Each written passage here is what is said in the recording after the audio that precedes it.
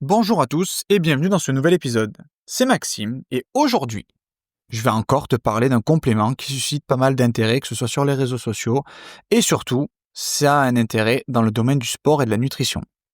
Je te parle des EAA, acides aminés essentiels. C'est quoi exactement? Les EAA, ce sont les 9 acides aminés que notre corps ne peut pas fabriquer tout seul. Tu dois donc les apporter par l'alimentation ou la supplémentation. Parmi ces 9 acides aminés, tu retrouves les fameux BCAA, la leucine, l'isoleucine et la valine.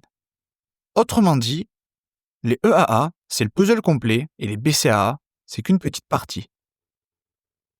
Pourquoi les EAA sont importants? Parce que tout simplement, pour construire du muscle, réparer les tissus musculaires et optimiser la récupération, il te faut l'ensemble de tous les acides aminés essentiels. Les BCAA déclenchent bien le signal de la synthèse protéique, surtout grâce à la leucine. Ça, je te l'ai déjà dit dans le podcast sur la BCAA.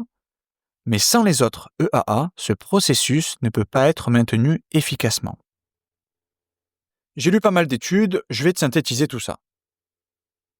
Désolé pour mon anglais, mais en soi, je vais te dire qu'une revue de la International Society of Sports Nutrition a montré que des EAA stimulent la synthèse protéique musculaire beaucoup plus efficacement que les protéines intactes, ou même la whey, ou encore les BCAA seuls. Une autre étude sur des personnes âgées a observé qu'une supplémentation quotidienne en EAA améliorait la force musculaire et la capacité de marche avec un gain de plus de 50 mètres au test des 6 minutes, ce qui dépasse le seuil cliniquement significatif. D'autres recherches montrent aussi que les EAA enrichis en leucine pendant l'exercice augmentent la synthèse protéique de plus de 30% par rapport à des formules classiques. Et après l'entraînement, une boisson contenant des EAA combinée à de la whey induit un effet anabolique jusqu'à 6 fois supérieur à la whey seule. Alors, malgré toutes ces études, c'est bien beau tout ça, mais est-ce qu'il faut absolument prendre des EAA? Eh bien encore une fois, c'est comme pour les BCAA, je vais te répondre pas forcément. Si tu consommes déjà assez de protéines complètes, par là j'entends de la viande, des œufs, des produits laitiers, du poisson, même de la whey, eh bien tu couvres naturellement tes besoins en EAA.